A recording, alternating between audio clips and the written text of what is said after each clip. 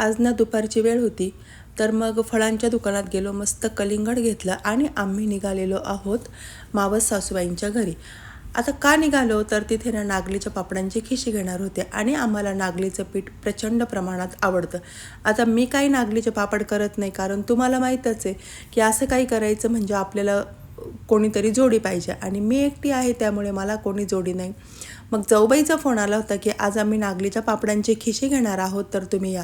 आता बघा, ह्या माझ्या पुतण्या आहेत आणि ही जुई आमची मस्त मला काही ना काही दाखवत होती. त्यानंतर तिघी जावा मिळून ते पापड करत होत्या. आता इथे त्यांनी पाण्याला उकळी आल्यावर त्यामध्ये सर्व मटेरियल टाकलं आणि पीठ टाकून त्या असं ते पीठ घोटत आहे आणि चुलीवरच त्या खिशी घेत असतात. आणि उन्हाळ्याचे सगळीकडेच वाळवणं चाललेलं आहेत. आता उन्हाळ्याचं वाळवण करायचं म्हणजे ना माणूसबळ पण तेवढंच लागतं. त्या तिघीजणी आहेत म्हणून मस्त त्यांचं रोज कुरड्या, पापड, वेफर, चकल्या ते सर्व घरीच करत असतात.